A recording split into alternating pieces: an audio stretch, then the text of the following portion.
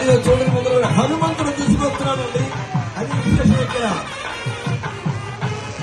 హనుమంతుడు స్వయంగా దండలను ముగ్గురికి కూడా 3 దండలు స్వయంగా తీసుకుని వస్తూ ఉన్నారు.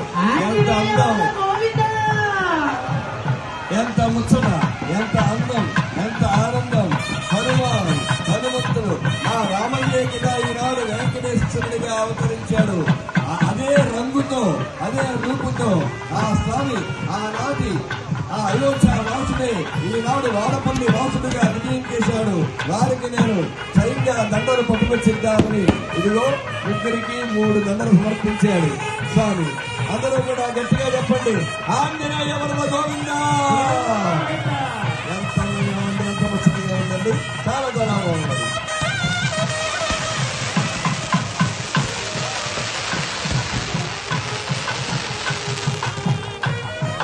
గోవిందా